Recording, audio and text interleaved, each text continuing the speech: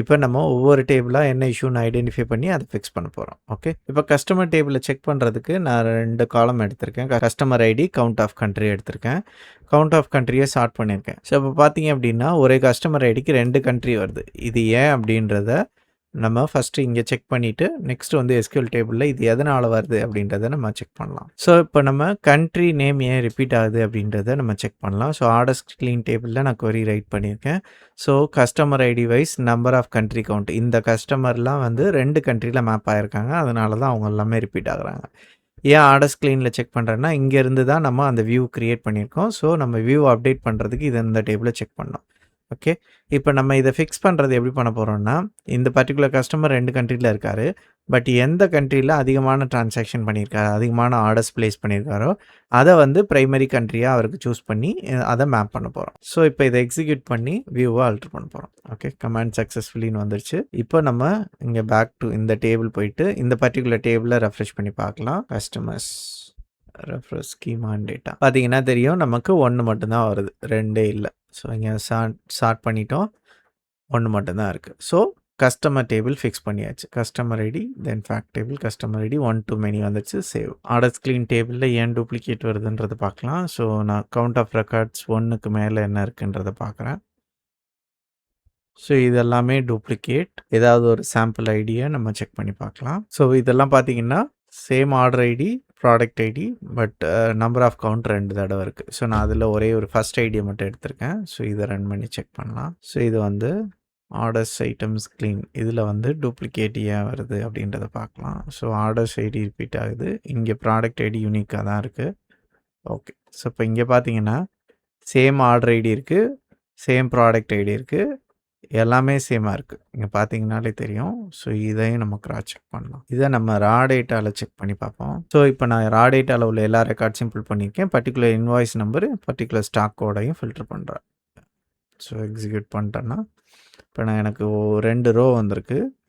பார்த்தீங்கன்னா எல்லாமே similar times வந்து ஆர்டர் வந்து ரீப்ராசஸிங் ஆகும், இல்லை மேனுவல் கரெக்ஷன் பண்ணியிருப்பாங்க, அப்படி இல்லைன்னா பக் இருந்தாலும் இந்த மாதிரி வர்றதுக்கான சான்சஸ் இருக்குது. ஓகே, இப்போ டூப்ளிகேட் ஃபிக்ஸ் பண்ணுறதுக்காக நான் இங்கே query எழுதியிருக்கேன். ஸோ நம்ம அந்த வியூவை ஆல்டர் பண்ண போகிறோம். ஸோ அஸ் யூஷுவல் எல்லா காலமே செலக்ட் பண்ணியிருக்கோம், தேவையான காலம்ஸ் எல்லாத்தையுமே எல்லா காலமையும் பேஸ் பண்ணி ரோ நம்பர் ஜென்ரேட் பண்ணுறோம். இந்த ரோ நம்பரை நம்ம செகண்ட் சிடிஇயில் ஃபில்டர் அவுட் பண்ண போகிறோம். ஸோ அதுதான் இங்கே நடக்குது. இப்போ ஃபஸ்ட் சிடிஇயில் ரோ நம்பர் ஜென்ரேட் ஆகும். செகண்ட் சிடிஇயில் பார்த்தீங்க அப்படின்னா நமக்கு இங்கே அந்த ரோ நம்பரில் ஃபஸ்ட் ரோ மட்டும் சூஸ் பண்ண போகிறோம். ஸோ இதை அப்டேட் பண்ணிடலாம். எக்ஸிக்யூட் பண்ணுங்கள். கமாண்ட் சக்ஸஸ்ஃபுல்லின்னு வந்துருச்சு. ஓகே, இங்கே பார்த்தீங்கன்னா தெரியும், நம்ம டூப்ளிகேட்டை மட்டும் ரிமூவ் பண்ணல, அடிஷ்னலாக ஆர்டர் கீ, ஐட்டம் கீ அப்படின்னு ஒரு காலமும் க்ரியேட் பண்ணியிருக்கோம். இதை எதை பேஸ் பண்ணினா ஆர்டர் ஐடியையும் ப்ராடக்ட் ஐடியையும் பேஸ் பண்ணி ஒரு ரோ நம்பர் ஜென்ரேட் பண்ணியிருக்கோம். அந்த ரோ நம்பரை ஆர்டர் ஐட்டம் கீ அப்படின்னு க்ரியேட் பண்ணியிருக்கோம். ஓகே, ஸோ பட் இந்த ஆர்டர் ஐட்டம் கீ வந்து நம்மக்கிட்ட ஃபேக்ட் டேபிள்ஸில் கிடையாது. இப்போ நீங்கள் இங்கே பார்த்தீங்கன்னா தெரியும், ஃபேக்ட் டேபிள்ஸில் அந்த கீ காலம் கிடையாது. ஸோ நம்மளால் கனெக்ட் பண்ண முடியாது. ஃபேக்ட் டேபிள்லேயும் அந்த கீ காலம் வேணும், அப்போ தான் நம்மளால் அந்த ரிலேஷன்ஷிப் க்ரியேட் பண்ண முடியும். ஸோ அந்த வியூவையும் நம்ம அப்டேட் பண்ணணும். அது எப்படின்றத பார்க்கலாம். ஓகே, நம்ம அந்த ஃபேக்ட் டேபிளோட வியூ ஆல்டர் பண்ணுறதுக்காக ஒரு query ரைட் பண்ணியிருக்கேன். ஸோ இதில் வந்து ஆர்டர் ஐட்டம் கீ வந்து ஆர்டர் ஐட்டம்ஸ் க்ளீன் டேபிள்லேருந்து ஸோ இன்னும் ஜாயின் கொடுத்து 2 ஆர்டர் கீயையும் சூஸ் பண்ணி ஃபைனலாக அவுட்புட் வந்து இந்த டேட்டா ஃபேக்ட் டேபிளுக்கு வர மாதிரி எடுத்துகிட்டு வர போகிறோம். ஸோ அது எப்படின்னு பார்க்கலாம். எக்ஸிக்யூட் பண்ணலாம். ஸோ கமாண்ட் எக்ஸிக்யூட் ஆகிடுச்சு. ஸோ சேல்ஸை செக் பண்ணிடலாம். So order key column add ஆகிடுச்சு, ஆர்டர் ஐட்டம் கீ. ஸோ நம்ம இங்கேயே ரெஃப்ரெஷ் பண்ணி செக் பண்ணிடலாம். ஸோ இப்போ நம்ம க்ரியேட் பண்ணி பார்க்கலாம். ஆர்டர் ஐட்டம் கீயை வச்சு கனெக்ட் பண்ணுங்கள்.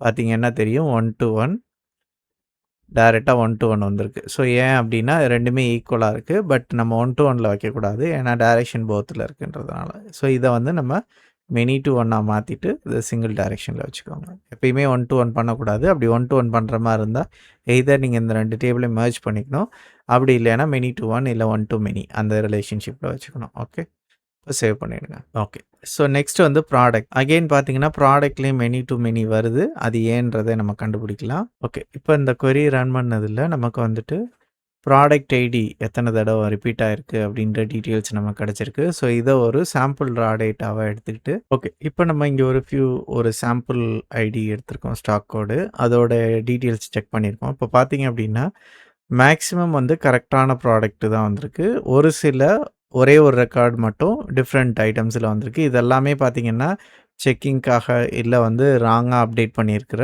மெத்தட்ஸ். ஸோ இது எல்லாமே வந்து ஆக்சுவல் ப்ராடக்ட் கிடையாது. ஸோ இதெல்லாமே நம்ம ஆல்ரெடி ஃபில்டர் பண்ணிட்டோம். ஈவன் தோ நம்ம இப்போ என்ன பண்ண போறோம்னா, மேக்ஸிமம் யூசேஜ பேஸ் பண்ணி நம்ம இது கரெக்ட்டான இந்த பர்ட்டிகுலர் ஸ்டாக் கோடுக்கு இந்த ப்ராடக்ட் அப்படின்னு மேப் பண்ண போறோம். ஸோ நம்ம இப்போ டிம் ப்ராடக்ட்ட ஆல்டர் பண்ண போறோம். ஸோ அஸ் யூசுவல் அந்த சேம் கண்டிஷன்ஸ் யூஸ் பண்ணியிருக்கோம். தென் பார்ட்டிஷன் கிரியேட் பண்ணியிருக்கோம். ரோ நம்பர் பார்ட்டிஷன் கிரியேட் பண்ணி ப்ராடக்ட் ஐடியை பேஸ் பண்ணி யூசேஜ் கவுண்ட் கிரியேட் பண்ணியிருக்கோம். தென் ஃபைனலாக வந்து ரோ நம்பர் 1 மட்டும் ஃபில்டர் அவுட் பண்ணுறோம். ஸோ இதை அப்டேட் பண்ணிடலாம். ஸோ இது அப்டேட் ஆகிடுச்சு. இப்போ ப்ராடக்ட் ஐடியை ரெஃப்ரெஷ் பண்ணலாம். Dim product refresh. Okay done. So இப்போ ப்ராடக்ட் ஐடியை கனெக்ட் பண்ணி பார்க்கலாம். இப்போ பார்த்தீங்க அப்படின்னா டூப்ளிகேட்ஸ் எல்லாமே ரிமூவ் பண்ணிட்டோம். ஏன்னா யூசேஜை பேஸ் பண்ணி கவுண்ட் அலோகேட் பண்ணியிருக்கோம். ஸோ இப்போ நமக்கு 1 to many வந்துருச்சு. ஸோ சேவ் பண்ணிடலாம். ஸோ இப்போது ரிலேஷன்ஷிப் எல்லாமே கிரியேட் பண்ணி முடிச்சிட்டோம் ஃபேக்ட் டேபிளில். ஸோ நமக்கு ஸ்டார் ஸ்கீமா கிடச்சிருச்சு. ஓகே இப்போ வேலிடேட் பண்ண ஆரம்பிச்சிடலாம். நம்ம மாடல் கிரியேட் பண்ணி முடிச்சாச்சு. இப்போ வேலிடேட் பண்ணிடலாம். ஃபஸ்ட்டு ஃபேக்ட் டேபிளில் எவ்வளோ கவுண்ட் ஆஃப் ரோஸ் இருக்குது அப்படின்றத எஸ்கியூஎல்ல பார்த்துடலாம். எஸ்கியூஎல் கவுண்ட்டும் பவர் பிஐ கவுண்ட்டும் மேட்ச் ஆகுதான்னு செக் பண்ணிக்கோங்க. ஸோ இப்போ எக்ஸாக்டாக மேட்ச் ஆகுது. நெக்ஸ்ட் வேலிடேஷன் பார்க்கலாம். Next distinct order count check பண்ணலாம். 18532 வந்திருக்கு. ஸோ பவர் பிஐயில் அதே சேம் மெத்தட் டிஸ்டிங்க் கவுண்ட் போட்டிருக்கேன். 18532 வந்திருக்கு. ஸோ இதுவும் எக்ஸாக்டாக மேட்ச் ஆகுது. நெக்ஸ்ட்டு டோட்டல் சேல்ஸ் அமௌண்ட் பார்த்துடலாம்.